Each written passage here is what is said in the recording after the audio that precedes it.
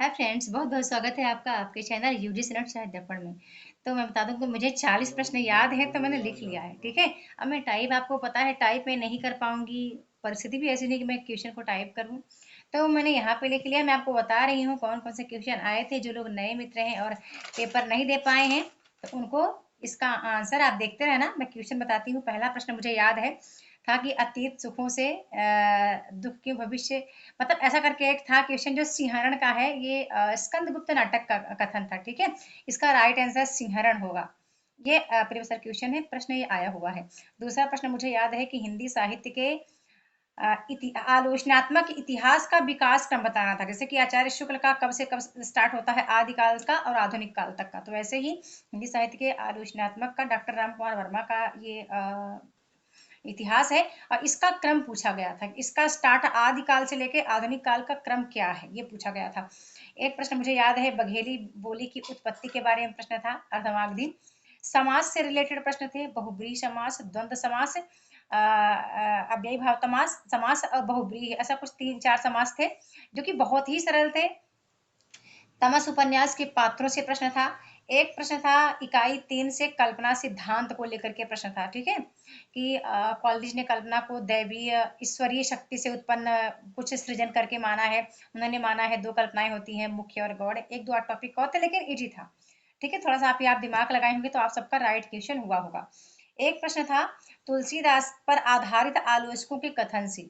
ठीक है। चार ऑप्शन थे तुलसीदास पर कथन। कुछ आलोचक थे। गोस्वामी आचार्य शुक्ल थे, उदय भान सिंह थे और विश्वनाथ थे। एक रमेश रमेश कुंतल कुछ करके था, वो थे।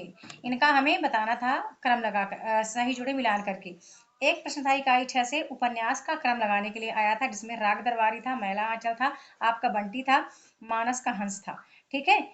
पर ये मुझे थोड़ा सा एक प्रश्न, हाँ ये नहीं, ये सही था। एक प्रश्न था डाउट लगता रहा, तो बताऊंगी आगे चल के मैं आपको। तीसरी कसम कहानी के पात्रों से प्रश्न था। झूठा सच उपन्यास के बारे में प्रश्न था। एक प्रश्न था देसील बयाना सब जन मिठा, जो कि विद्यापति की पंक्ति थी। एक प्रश्न था इकाई 7 से हिंदी कहानी का क्रम पूछा गया था, जो मुझे डाउट लग रहा था वहां पे ऑप्शन में। ठीक है। आकाशदीप था, कानों में कंगना, ईदगाह, राजा निर्वंशी और परिंदे। यहाँ पे वो जो ऑप्शन मिल रहा था, ऑप्शन आगे पीछे हो रहे थे, अब देखना। देवनागरी लिपि से प्रश्न था। फिर स्पर्श संघर्षी व्यंजन कौन है करके कुछ ऑप्शन थे, स या और ढा, कुछ एक अच्छा या अच्छा कुछ ऑप्शन करके था। ठीक है। आषाढ़ का एक दिन से प्रश्न आया हुआ था। कॉम्प्रिहेंशन की बात करूं तो बहुत इजी थी। हिंदी साहित्य के दोनों कॉम्प्रिहेंशन इजी थे। फर्स्ट पेपर का कॉम्प्रिहेंशन कुछ 1947 1857 की क्रांति को लेकर का था, तो मुझे बहुत बोरिंग लग रहा था, लेकिन तभी मैं इसको पढ़ी हूँ। दो तीन तो मैं सही कर पाई और बाकी का मैं ढूंढ ही नहीं पाई थी। मतलब उस समय मैं कंटिन्यू स्क्रीन को नहीं देख पा रही थी। मतलब थोड़ा सा मेरा सिर दुखने लगी, तो मैं फिर से थोड़ा सा स्टॉप करूँ 5 मिनट के लिए, मतलब 2-3 मिनट के लिए ना देखूँ स्क्रीन को, फिर स्टार्ट करूँ। ठीक है। तो फर्स्ट पेपर का जो कॉम्प्रिहेंशन था उसको ज़्यादा मैं मन लगा के नहीं की, लेकिन सेकंड शिफ्ट का मेरा मुझे पहली बार में पढ़कर मुझे समझ में बिल्कुल आ गया था, तो मैं उसका पूरा का पूरा एकदम सही सही करके आई हूँ। मुझे ये खूब याद है। शेखर एक जीवनी से प्रश्न था, जिसमें बताना था ऊषा और ईश्वर मिलान करने के लिए था। ठीक है। बीज और अंकुर, प्रकृति और पुरुष, पुरुष और परिस्थिति। ठीक है। ये बताया एक दो तीन चार करके था, और बैक जस्ट अपोजिट में इसके क्रम लगाने के लिए दिया गया था। ठीक है। गोपियां उद्धव को क्या कहकर संबोधित करती हैं, ऐसा प्रश्न था। आयो घोष बड़े व्यापारी, या फिर आयो जोग सिखावन पांडे। एक और कुछ दो ऑप्शन थे, मधुप कुछ करके सी ऑप्शन था जो राइट था। ये दो राइट थे, आयो घोष बड़ो व्यापारी, आयो जोग सिखावन पांडे। एक सी ऑप्शन पे मधुप कुछ करके था, ये तीनों ऑप्शन ही राइट थे। ठीक है। एक प्रश्न मुझे याद आ रहा है, और प्रश्न था सतपुड़ा के घने जंगल से। बड़ा सुंदर था, नींद से उगे हुए से, ऐसा करके। और तीन ऑप्शन थे जो कि बिल्कुल स्पष्ट समझ में आ रहे थे कि ये सतपुड़ा के घने जंगल का स्पष्ट मतलब टॉपिक था। ठीक है। स्त्री पात्रों को मिलान करने के लिए प्रश्न था, किसमें, उपन्यास से। ठीक है। ऐसा कुछ जो कि तीन चार थे। एक लीला और दो तीन पात्र, मतलब कानून में कंगना की पात्र थी। अलग अलग कहानी, नाटक में उपन्यास, तीनों के पात्र मिलान करने के लिए दिया था, तो काफी इजी था, सबसे बना होगा। भारतेंदु की रचनाओं के नाम से कुछ प्रश्न थे। भारतेंदु से आए थे कि ये फूलों का गुच्छा खड़ी बोली की रचना है, या वो अब्र नाम से लिखते थे, या वो मतलब अपनी कविताओं में क्या भारत मतलब क्या क्या ऐड करके लिख रहे थे ऐसा करके, तो इजी इजी प्रश्न था ये भी। अंधेर नगरी की पंक्तियों से प्रश्न था, ठीक है। चूरन साहब जो लोग खाता सारा हिंद हजम कर जाता, और क्या था, लोभ पाप का मूल है, लोभ मिटावत मान, दो तीन और चना चोर गरम करके, कुछ ऐसे प्रश्न बने हुए थे, काफ़ी अच्छे थे। तो मेरा तो डाउट में लग रहा था मुझसे, काफ़ी आगे पीछे मेरा हो रहा था, मैं ज़्यादा दिमाग भी नहीं लगाई, लेकिन दिमाग लगाते तो होता सही, पता नहीं लगा के आई हूँ, सही गया कि गलत नहीं पता है, ठीक है। शिव शंभू के चिट्ठे से प्रश्न था, जो कि बहुत सरल था। शिव शंभू के चिट्ठे से बहुत अच्छा प्रश्न बना हुआ था, ठीक है। और एक प्रश्न था भाई, बड़ा कठिन मुझे लगा, विद्यानिवास के मिस्र के 3 निबंध आए थे जो मुझसे बिल्कुल नहीं बन रही थी। मैं उसको कभी पढ़ी ही नहीं थी विद्यानिवास मिश्र के, मैं उनके बहुत से 20-25 निबंध अच्छे से मैं सेलेक्ट करके रखी हूँ मेरे कॉपी में, लेकिन मुझसे वो 3 के तीनों नहीं बने। साहित्य के सरोकार, पता नहीं कौन सा व्यक्तिनिष्ठ करके कुछ था, 4 ऑप्शन थे, और मेरे को समझ में नहीं आता कि विद्यानिवास मिश्र के कहाँ से निबंध उठा के एनटी लेके रख दिया है, ठीक है। 10 क्वेश्चन ऐसे थे जो मैं नहीं पढ़ी थी, मैं बिल्कुल भी नहीं पढ़ी थी, 10 प्रश्न ऐसे हमारे थे, ओके। फिर प्रताप नारायण मिश्र को लेकर जो प्रश्न बना हुआ था बहुत ही सरल था, प्रताप नारायण मिश्र के बारे में, ठीक है, कि वो अपने उनकी निबंध शैली किस टाइप की है, कैसा वो लिखते हैं, ठीक है। राजभाषा आयोग के गठन के बारे में प्रश्न था, ठीक है।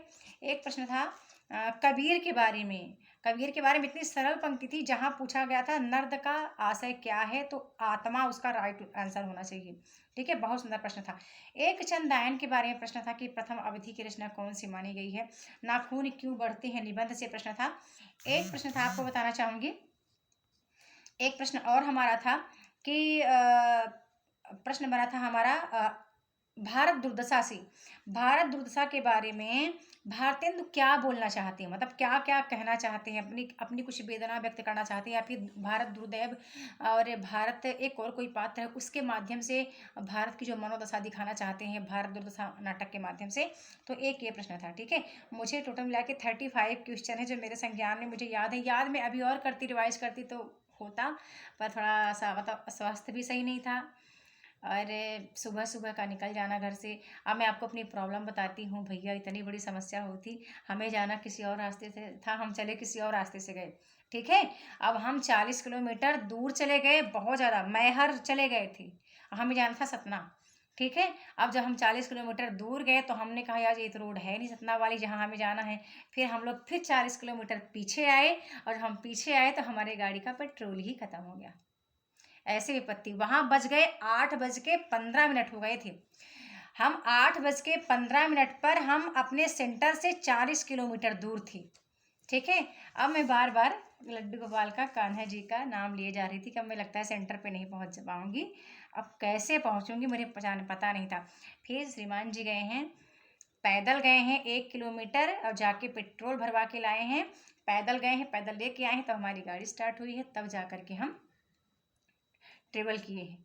तभी मैं श्रीमान जी का बार बार नाम लेती हूँ जब भी कोई अच्छा काम होता है, तो मतलब जब भी कोई स्ट्रगल हमारे साथ चलता रहता है तो सबसे बड़ा उनका सहयोग मुझे मिलता है, ठीक है। यदि वो हेल्प ना की होती तो शायद मैं सेंटर पे नहीं पहुंच पाती, और आज मैं आपके सामने प्रश्न बता पा रही हूँ तो नहीं बता पाती, ठीक है। तब जाके हम सेंटर पे कितने बजे पहुंचे पेपर देने के लिए, 9 बजने में 5 मिनट बाकी था, ठीक है। 9 बजने में जब 5 मिनट बाकी था तब जाके मैं सेंटर के अंदर गई हूँ।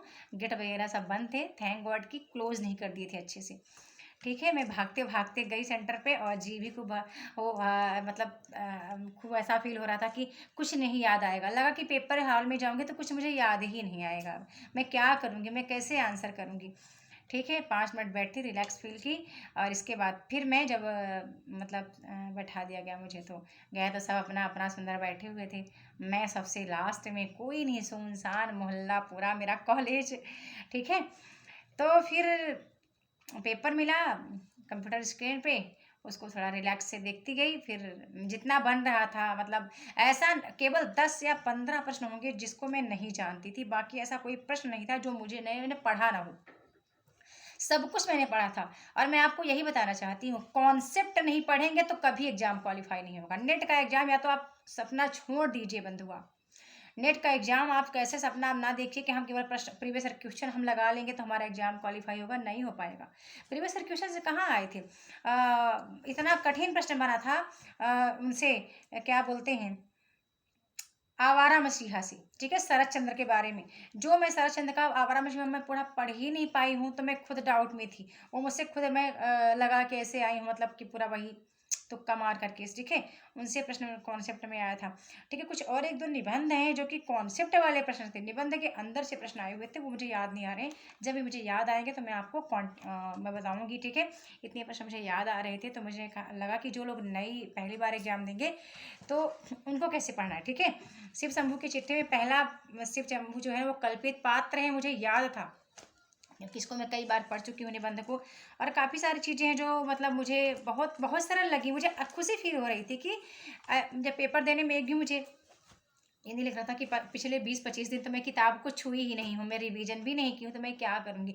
मुझे लग रहा था मानो मैंने सब पढ़ा है, सब मेरा तरोताज़ा है, ठीक है। तो बस अब अच्छा लग रहा है कि अब मैं जब नया बैच मेरा 15 मार्च से स्टार्ट करूँगी, तो मुझे मेरे संज्ञान में है कि मुझे अब पढ़ाना क्या है आपको, ठीक है। अब मुझे वो नहीं पढ़ाना है कि लो भाई ये रटते रहो, ये चीज़ पढ़ो, वो चीज़ नहीं। मुझे पता है, मुझे केवल सबसे पहले हम टेक्स्ट पढ़ेंगे, सबसे पहले हम टेक्स्ट पढ़ेंगे। इस बार आप इतना जोर दे रहे थे मैम इकाई 5 पढ़ाओ, 5 पढ़ाओ, 5, मैं 5 आपको नहीं पढ़ाई, ठीक है। क्यों नहीं पढ़ाई मैं 5 में बहुत, क्योंकि 5 इकाई 5 से केवल 3 प्रश्न बने थे, केवल 3 से 4 प्रश्न बने थे, वो भी इतने सरल प्रश्न थे कि क्या बताऊं मैं। बहुत सरल थे प्रश्न।